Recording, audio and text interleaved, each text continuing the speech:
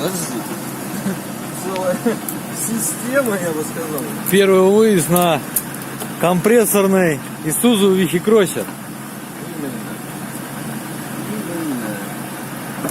Именно. Ага.